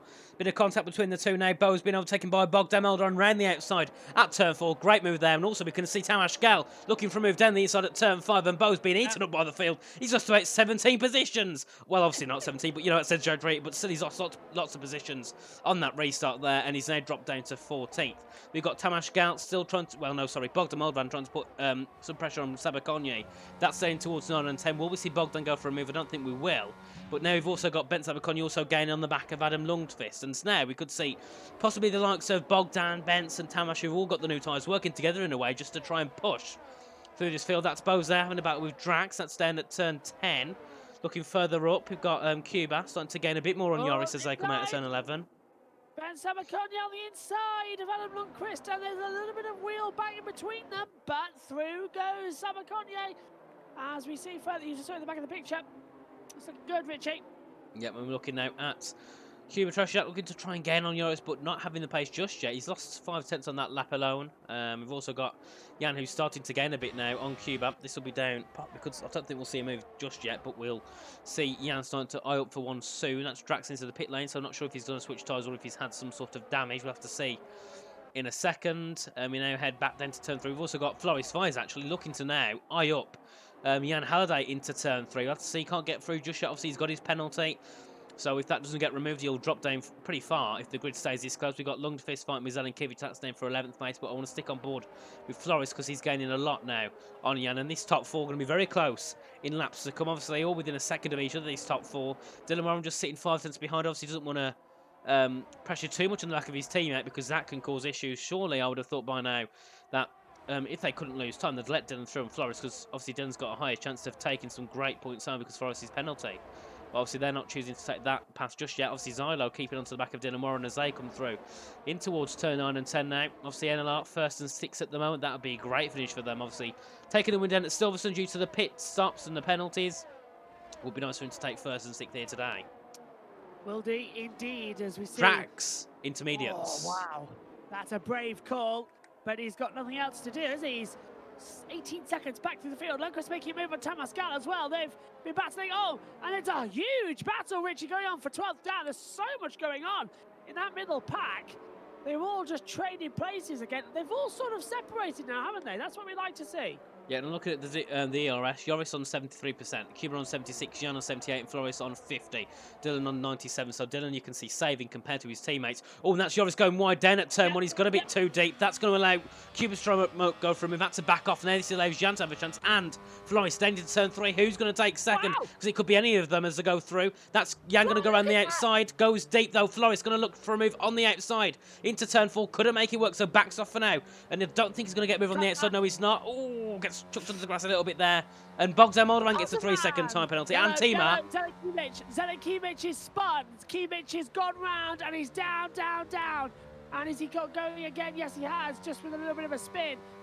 As well, no damage to the wings as far as I can see. Meantime, up front as well, Floris Wise still on the attack as they come down towards 9 and 10. Yep, and on board with Zylo, he's starting to gain a lot on Dylan Moore, and they're about 2/10 of pace going through now in towards turn 9 and 10. Obviously not going to be making a move just yet, but Zylo on some great pace could be looking to try and get through on Dylan sometime soon. Oh, has a big slide though, and he goes for a half spin there, nearly losing the rear completely for Zylo, but he keeps it now. This allows Keaton Luck to get a move round the outside into the braking zone at turn 11, gets through before the braking zone, and Keaton into the top 6. And now Zylo going to be under pressure from Sabakonye, and Sabakonye's got way better tyres, 13 laps newer tyres for Sabakonye, but also Zylo keeping very closely to the back of Keaton Lutz down into turn 13. Obviously can't make a move, but will be sticking right behind as they come out of there. Now we've got side-by-side action between Floris and Jan, and also Dylan Warren getting involved. This is down at the exit of turn 14. Dylan obviously looking to try and make an advantage there of the two cars ahead, but can't do so just yet. Floris though really looking to get aggressive and get through on Jan. Obviously just can't make a move just yet. You can see nearly touching the back of the Ferrari through turn 1 and 2. They're now heading to turn 3. Floris surely won't be stupid enough to send a dive bomb into turn 3. We'll have to see if he does though. And he does send a dive bomb into turn 3 up the inside. Oh, and they make contact. Jan gets the inside line though, however, into turn 4. Floris going to have to take the outside route. And he gets an inside, gets touched on the curb, but has the inside line into turn 5. Can he get through? He's going to try. Oh, and they make contact and Jan onto the grass there. And then Floris gets another penalty, 6 seconds, allows Dylan Warren through on the inside of Jan Halliday there. Jan obviously went off track at turn 5. This now allows Keaton Luck to try and gain on the back of Jan. Obviously having a bit of a slide there going wide. We'll see if Keaton can try and make something work of this. Also, we've got Zylo still sticking in with the within a 10th and a half, 2/10 of Keaton Luck as they come through into turn 9. Now, can they keep the opportunity running as well with the second DRS zone down towards turn number 9 and 10? A little bit of a slide from Jan Halliday. Keaton's got the power as well, but now the two McLarens closing in on each other as well in the braking zone. Zylo's under attack as well. And look at that. Round the outside goes Sabakonye, taking the position, just about keeping it together. Now, Zylo had the inside line and keeps the position. Sabakonye down into 8th position now. But we've got Floris in 3rd. Oh, brilliant lunge from Sabakonye on the inside of the turn 14. He's going to force Zylo wide as well. They're still battling together. Zylo's got the exit speed, and we've got a spin for Drax coming out of turn 11 as well. Bogdan Moldovan going through as well. Zylo down to 9th. Moldovan through. Yep, great move there from Moldovan. Obviously taking advantage of what happened to Zylo. Obviously went side by side with Bence, but he took the worst on and just had less straight line speed down the straight. That just helped heavily for Bogdan. Also got Tamashkal down, a move on Andrew Crappy down at turn 3. Oh, a bit of a touchdown. Tamashkal goes wide. That allows Andrew back through the inside, well, the outside at turn 3. And then we've got Lundqvist also looking to gain a bit on Tamashkal. Obviously, Tamashkal getting touched into turn 3, sent him a little bit wide onto the curb. And now it puts him under compromisation from the two JRs behind. Looking further up a field, we've got Floris now got a 1.3 second gap to Kuba Tresiak. At the moment, I've kind of lost track. Joris and Kuba doing great. They've got 9 laps to go. And it could be a 1-2-3 for NLR, FER and TF10, which would be great this season. Obviously, we've seen Pierce on the podium every single race. I think Shazoo's been on the podium every race as well, so it's a shame to see them at the moment not looking for that podium position, but they took a different strategy to others, and at the moment it's not working off heavily. Zylo, however, now looking for a move on Andrew Karapi down at turn 10, can't make it work yet, goes into the braking zone. We've got Tamash Gal just sitting in behind now, obviously looking to try and get through, went for a move on Karapi down at turn 3, got sent in a bit deep, and unfortunately lost another position to Zylo because of that. As they now come through out of the final, well, out of turn 3. Actually, we've got a gap closing. This is Cuba gaining on Joris down at turn 1. Using all his ERS there, his Q back on again. Can he get a move to turn 1? No, he sits back for now. Could be looking for a move down to turn 3 if he can get a better exit. Joris, though, having some amazing pace in these wet conditions so far. Oh, big slide from Joris as well, coming out turn 1. That's going to give Cuba the opportunity to dive through, and the two McLarens switch over positions further back as the race lead changes. Cuba takes the lead. Joris tries to come back right round the outside, coming through the car park section. Cuba takes the lead. Joris gets sent over the curb, and the two McLarens do switch places, so Dylan can go after the race lead. Yeah, but now it's Dylan's time to shine and get through. So we know Dylan is great when it comes to the race. The race, the race pace, the racecraft, so we should see a lot from Dylan. Hopefully, for him, can try and take second or first. Obviously, on the podium already, and Drax at the session in the pit lane. So both QRTs now out. That isn't great for them, considering I said at the start they're actually not doing too bad in the race. And sorry, they've got a bit of air in my throat. But we come through now. Bad time for both of us. Yeah, I muted my mic as well for my nose. Okay, we've got a yellow sector 1 now for that car coming back on the track. But look at this, Dylan's close back in as well. Now the top two, 20 lap on tyres. Dylan's on 13, so he's got the advantage as we get to the later stage of this race as well. Yep, we come through into turn 13 and 14. Dylan 3/10 behind Joris now, so it's a chance for Dylan to try and get through. And for Cuba's sake, he needs to defend heavily from Joris now. So Dylan doesn't have an advantage. There we are, Dylan with the ERS down in towards turn 1. Gets through on Joris, I think, before the braking zone. Yes, he does. Brilliant from Dylan to take second. Is Joris going to try and fight back? He's on him at the back, but I don't think there'll be anything. And Flores is going to make sure Jan Halliday stays behind him for as long as possible as well. Dylan's going to go for the win here. He is. He's within 7 tenths, 8 tenths now. Cuba Treshak, so Cuba has got to push hard now. 7 laps to go. He's got a lot in it still, and 7 laps is a long, long time. And it gives Dylan Warren so many chances. That's Tamas Shgal with a 3-second time penalty. He's trying to make a move on Zolo, and it seems this pit stop strategy that that Parnell Racing went for hasn't worked heavily. They're now 7th and 10th after qualifying, I believe 2nd and 5th. So yeah, that's not this so far isn't the race they would have wanted. But now Floris, his main aim is just to keep Jan Halliday behind, I think. Also, Joris there looking for a move on Joris.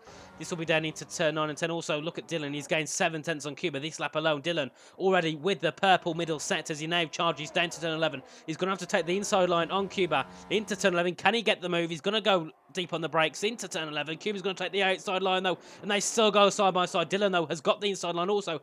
Further back, that's Floris fighting with Joris, but we'll stick to this battle at the front, and still Dylan sent it up the inside, but couldn't make it work. Cuba still keeps the lead of the race. Also there, Joris having to defend heavily from Jan Halliday, as Jan looks to try and get through. Joris defends perfectly, though. Jan has to take the inside line to turn 14. I think he just about keeps it. Yes, he does. Yep, up into 4th position goes Jan Halliday.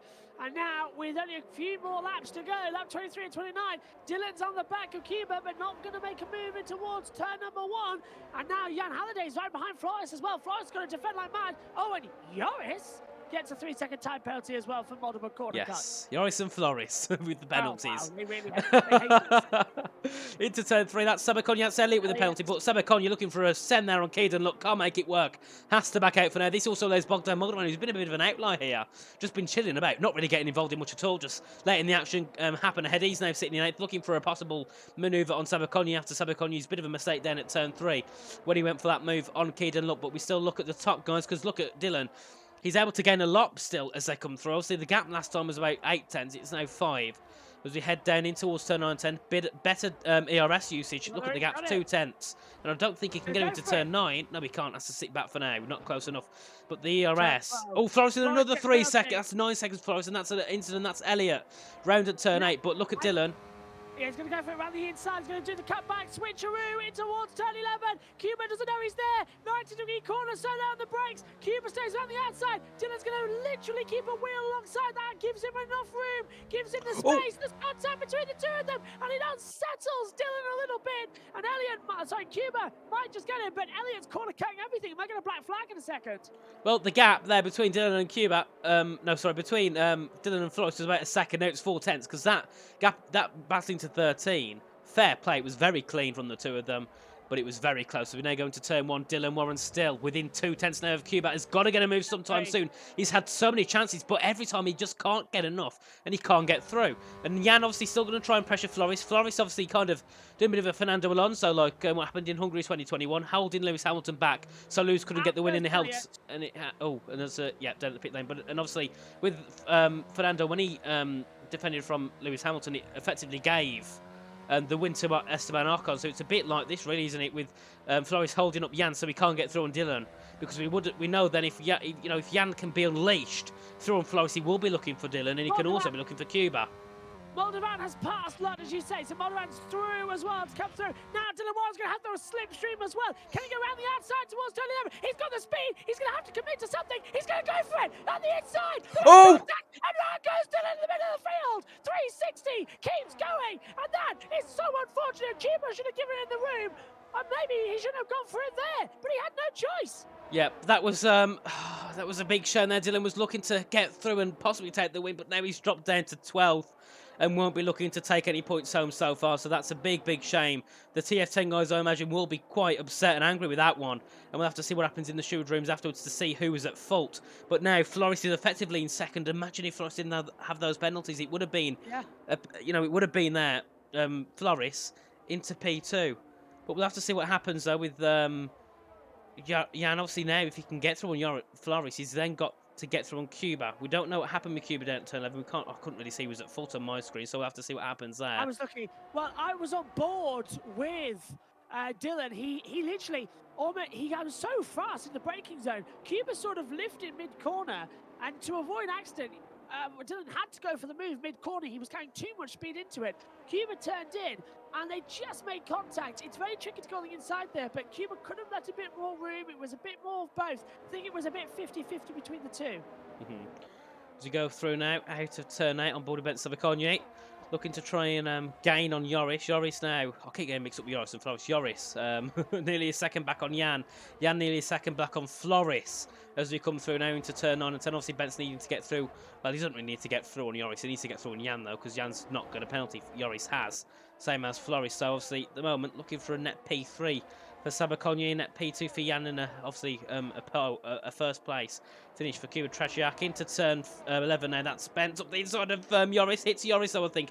Bit of slight contact, but no harm done. That now allows Bogdan to try and get a move, but just can't get close enough. Dylan Warren getting a move there on Adam Lundqvist. That was down at turn 11. And that's also Timo Zelenkiewicz, I think, with a bit of an incident, because he's dropped down to 2.8 seconds. But we come through Zylo through and Adam as well. Adam having a bit of a bad final sector, as he's still fighting with Zylo there out of turn 1. But we head now, out of turn 13, but we now head down to turn 1. On board with Bence, looking to still try and get through on Joris. The gap's 1.3 seconds. So if he wants to have at least a chance of getting through on Jan, he's got to go for it now and get through on this Red Bull. Pushing hard then down towards the braking zones. Can we have any opportunity for any last couple of lap overtakes? Really start to push hard, really start to enjoy this race. It's been a good one here. Jan's dropped to second back to Floris, so unfortunately that looks like that little battle's done. He'll settle for second. Cuba's on course for his first win for VFR. Yeah. All the way around. VFR? Who are VFR? I never heard of those. ET, it's FVR, yeah. As we come through, Jan now starting to lose a bit of pace to Floris, because I think he knows now, right, maybe the win isn't on for Cuba, but we can just sit back, not push too hard, and take the P2 from Floris Weiss. And respectively, please stop arguing in the chat. No one wants to see it. But we now come out of turn 10. Bogdan looking to try and gain on Sabakonyi as we head down in towards turn 11. The gap's about 3 tenths.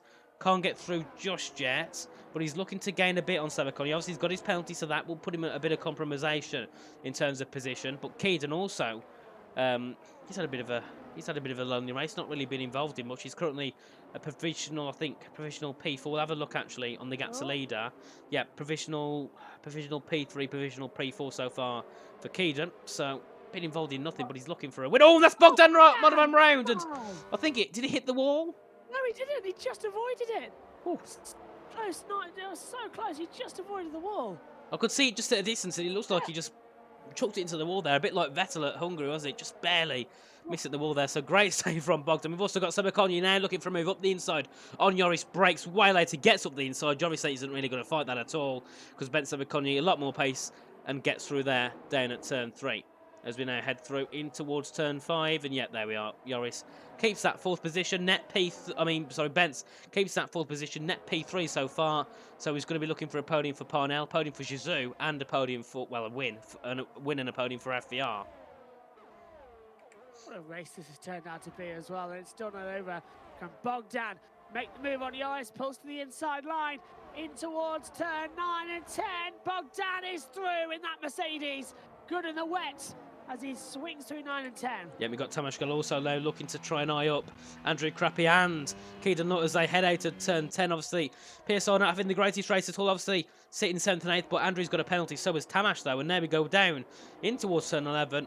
And Tamas there looking for a bit of a manoeuvre on Andrew, but just not close enough. Franek though will be one to get a bit of a payoff of this battle because he's going to gain 2 positions over Tamas and Andrew.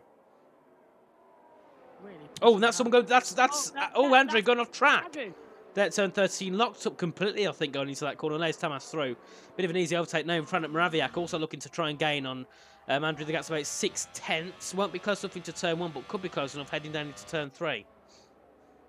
Got to find more pace, got to find more energy between them and make sure they don't make silly little errors in the closing stage of this race. But so many of the drivers have penalties, it's going to be hard to see who's where.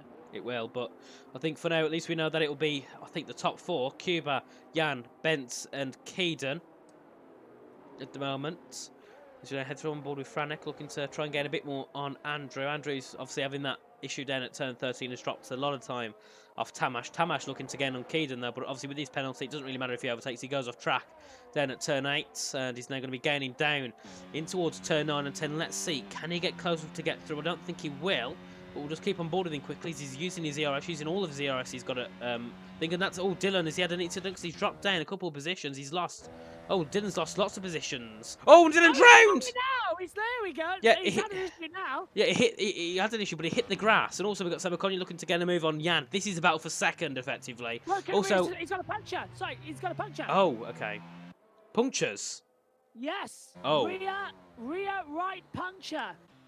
Now this makes it interesting for Cuba, Floris, and all these, because Dylan's on 20 lap old tyres.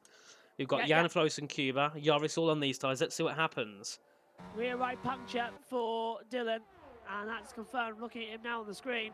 So it's the last lap of the race. Can they all get round without any problems? Could get tasty as we go through out of turn 1. Ben's looking for a move on Jan, but looking at the front, it's Floris looking to try and gain on Cuba. Can he gain? No, he can't. Not just enough anyway. And now Ben's looking for a move on Jan. Still not close enough going into turn 3. If Cuba gets a puncture, then Jan's won the race. Yeah. Effectively, and Keedan will be getting third. Dylan Morris was holding the pit lane, so not the race Dylan would have wanted. Was going great, but unfortunately, issues came after issues. We now come through out of turn 8 now, out of turn 7 into turn 8 shortly with Floris and Cuba. Jan also now still under pressure from Ben Sabakonya. Obviously, this battle is for second. Depending on what happens with Cuba after that into down at turn 10, could be a battle for the win between these two. We've had another issue, I think, with someone, because I don't know, that's just Dylan's car coming back out on track. We head through in towards the final few corners now. Quiet as a mouse, really. But can Ben Sabakonya take a unlikely second place? He's on the run with Jan Halliday in towards the braking zone. Jan goes defensive. Sabakonya had a little look, but couldn't make it through. Yep, but on board now with Cuba as he comes into the final few corners. Obviously, not pitting whatsoever at all, going for the non-stop strat, and at the moment it looks like it's worked out. No puncture. Wheels of steel for Cuba Treshak as he comes through into the final corner. Floris has fought brilliantly, but just not close enough as Cuba comes through up towards the line. A big side for Floris, but Cuba Treshak wins the Australian Grand Prix with Floris in second, but will drop down due to penalty. That means Jan Halliday takes second. Ben Sabakonya for the first time for Parnell takes the podium here at CTC, and Bogdan Moldovan, bravo, finishes in 4th, just a 10th ahead of Keedan Nutt finishing in 5th, then Franek Moraviak, marvellous performance up to 6th, then Floris drops down to 7th, and then that's all we can see for now. What a race. Fantastic run. Cuba wins for FVR in Australia. Delighted as well, Richie. That is just how you like it, isn't it? What a race. I'm happy because I'm part of FVR now. So that's also a reason why I'm so happy. But yeah, great racing all in all, action all throughout. And yeah, I think that was yet again another race in CTC that was been absolutely magnificent to the end. Battles every lap. And there we are, the top 3 Cuba, Jan, and Bent. What a run. Yeah, Cuba started 16th, moved up to first. Jan started on pole, dropped down to second. Bent started 6th, up to third. Bogdan, Moldovan, Bravo as well, 13th to 4th. Keaton, he started 5th, finished 5th. I know he had pace to be higher than he was, but unfortunately couldn't make it work today. Moraviaks, 12th to 6th. Then we have Flores finishing in 7th. Obviously had that penalty, and to be fair, even though he had 9 seconds, he didn't drop too far then. He only dropped down to 7th. So he finishes there. So obviously only one TF10 car though in the points, which is a big shame considering how they started pretty well. Yoris finishes 8th in the Red Bull, followed by Tamas Gal, who moved himself into the top 10. Then Andrew Karapi as well started 18th, moved up to 10th.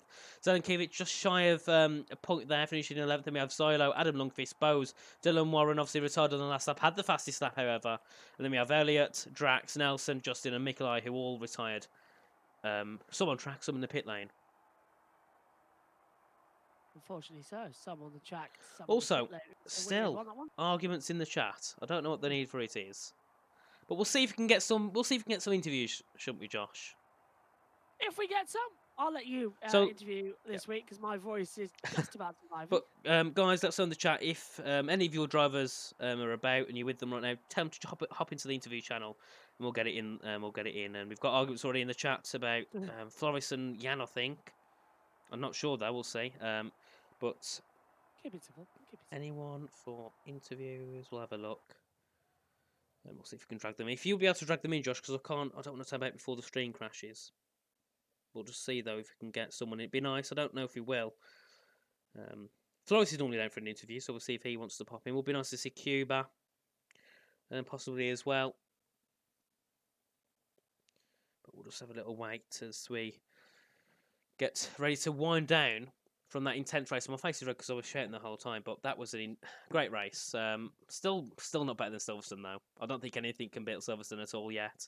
No, I think you're right there. Both of them were really good races. Sorry, Matt, I'm just trying to do 7 different things at once here. But yeah, I'm just trying to see if we can get someone in. It's a shame if we don't. But yeah, I'm great not seeing race. anybody- Let us know in the chat. Who do you think was your driver of the day? I presume it'll be one of the top Cuba's g- 3. Cuba's going to be mine. Yeah, Yeah, I'm Cu- into P2 See- as well. I think Forest deserves an honourable mention as well. I'd be biased to say Cuba driver of the day, but I think Cuba deserves it along with Bogdan. I think they both deserve it. Just gonna have a little wait a couple of minutes. I don't think we'll get anyone in, but we'll see. No interviews today. No, I don't think we will because of everything going on at the moment, which is a shame. It is a shame. It is a shame indeed. It would be nice to get someone in. We'll hang up for a couple of seconds though. But yeah, Still, driver of the day next for up- me, Yeah. Cuba and So Bogdan. Next Oh. up, Bahrain. Then we get Miami. That's on the 2nd of May. Then on the 9th, we're in Miami. 16th of May, we're in Belgium. 23rd of May in Saudi Arabia. 30th of May in Abu Dhabi. And the 6th of June, we're in Brazil. I'll be missing out a few races of those thanks to of course, Indianapolis 500. But we're in for quite an interesting little run. I'm just and gonna- No one's coming. I'm just gonna tag Cuba, Floris, and Jan quick to see if they didn't see the message, and if we'll give them a minute to, and if not, we'll wrap it up. Oh, we've got Benson. Oh, drag him in, Josh, if you can. Bent Sabacon is going to join us, and Jan. There we go. We just need a bit of a tag to get them all in. Drag Jan up as well if you can. There we are. So first of all, Bent, welcome in. Good evening. So there was many battles on track today, and I keep seeing something about you apparently going to be finishing in second because of what happened with Cuba. Do you know anything about that? Then at turn 10? To be honest, I didn't see the incident, but I was told that I should be P2 after penalties. So yeah, I think it's a pretty good result. And even if it's not P2, it's still P3. And it's a great comeback, obviously. Parnell not having the best, point streak at all this season so far. So obviously to come out into round 4 with a podium, a possible P2, it would definitely be something great for the team, wouldn't it? And obviously Tamas also finishing in the points. It's pretty good points to take away from today, I think. Yeah, of course. I think it's an amazing result, especially starting from 6. Yeah, a bit shame for Tamas. He was unlucky, but I think we scored some good points today, Obviously, especially compared to other teams. yeah, and obviously Challengers is here as well on Thursday, and you're driving for Challengers, aren't you? So, have you got any confidence going into Challengers at Australia this week, or? Yeah, to be honest, this track is not my favorite, but I did a lot of preparations, and I think my pace is starting to build up. So Your pace has worked. I am gaining confidence day by day. Well, that's good. That's always good. Josh, anything from you? How do you think you can go in the challenges this year then? If you've got the prep underway as well, are you going to be more confident going in? Yeah, I think so. Also, this race, I think it was very important in terms of preparation. Like Yeah. rain in Australia is not as unlikely as in Bahrain, so I think yeah, even this race was an important test. Yeah. Sounds fun to me. Yeah, and thanks for joining us, Ben. It's nice to see you join us for the interview, and hopefully we see you next week at Bahrain. So, yeah, have a good one. Yep, thanks. Good night. Yep, you too. And finally, we've got Jan Pessa. Welcome in. Hello. Hello. Hello. Good to see you again. The race is a bit chaotic. Was there an issue between you and Flores? Because I saw something in the chat, but I don't know if it was between you two or not.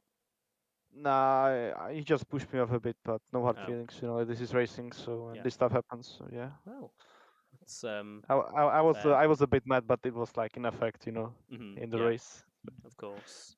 Obviously, the strategy planned out, but not as much as you would have liked. Obviously, you could have got that win, but obviously Cuba had ties of steel somehow, and they made it to the end. I still don't know how they made it to the end. What was your way on the last lap? I was on 77, I think. Oh. I had to save a lot in the like last 5 laps, Mhm. and I had a great battle with Benz in the end. So GG's to him. So also that means Cuba would be on what 90% tires, so it was more just try and get to the end, I suppose, at that point. Obviously, carry on. I was told that he was like 78, so pretty much the same as me. I don't know how, but yeah, GG's to him, I guess. Yeah. The joys of F1 22. But obviously going into Australia as well in challenges didn't have the best result in Bahrain. So you're looking to try and bounce back this week and try and get some good points. Sorry, team just scored. Of course, yeah, like Bahrain isn't a very good track for me. Like Australia is way better. So I hope I will turn around my luck and I will get some points in the second race of challengers. So would you say that the preparation would you say it was helped heavily? Obviously here today and also in the Yeah, Challenge Cup. the preparations helped a lot. I think I practiced a bit more. Now, even with the rain, I practice rain in this race, so I'm quite happy it rained, to be honest. And yeah, we will see what will happen And on obviously Thursday. one last thing before you go. See with your new team, the Czech team. I don't know what the guy's name is. Thomas something, isn't it? Obviously you're joining them. They support you through challenges? How do you think that's going to help being in that new team? I don't think it will help me much in the challengers. You know, they will give me in real life opportunities like I don't know, real life racing and stuff like that.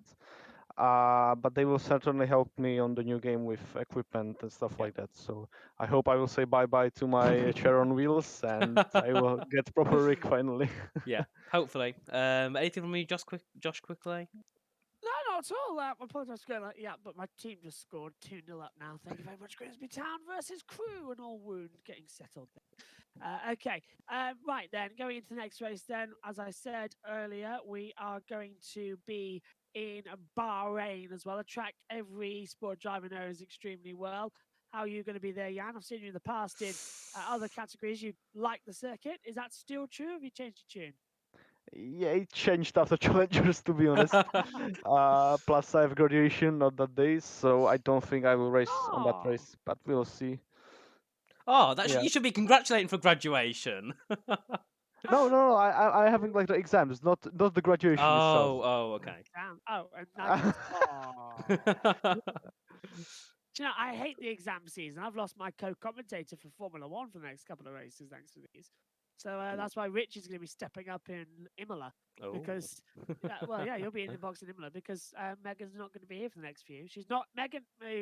Those of you know, commentates on F1 with me as well as Richie does. Not going to be with us this weekend. It's her birthday, so Jess is stepping in. She's not going to be with us in Miami. Adam stepping in, and she's not going to be with us in Imola. Richie stepping in, so she misses the next 3 races due to her A levels. But she'll be back with us in Monaco. Yeah, but sorry for rambling on there, Jan. Sorry. But thanks for joining us anyway, and we hope to see you whenever we do see you again. So have a good one, Yeah, and good luck in challenges. you too, thank you, and good night, boys. You too. Good Have a night. good one. So there we are, Josh. That's round 4 over. Another chaotic race yet again. Also, we went from saying, "Oh, there's no interviewees," to having 3. So that changed. 2. So that changed tune heavily. But yeah, great race. I enjoyed it. Did you? I did. I actually did. It was a fantastic little race, and 29 laps around Albert Park was very, very dramatic and very, very exciting. And I'm hoping, Richie, that we're going to have exactly the same situation come next week in Bahrain, at a track me and you both enjoy commentating at. It's Yes. going to be a lot of fun. Definitely. I think Bahrain's one of the tracks I've commentated on most out of any track. I don't know why, but it just seems I commentate on it a lot, which is good, but also sometimes gets a bit boring on that same track layout all the time. But yeah, it should be a great race next season. Obviously, not sure where it goes in terms of the championship, but it should be still pretty close between the top three. Parnell also with their podium could jump up as well, same as FVR first and sixth, so they'll jump up a little bit more. But yeah, I think that's all we have left to say today. Really, thanks yet again everyone in the chat for joining us. Been nice to see you all in the chat. Apart from people arguing, apart from that, it's been great to see you all in there. So thank you everyone for joining us. And Josh will be back next week as usual, of course, won't we? Indeed, So I'll be there. thank you all, and we'll see you next week for round 5. So have a good evening, everyone, and we'll see you later. So goodbye.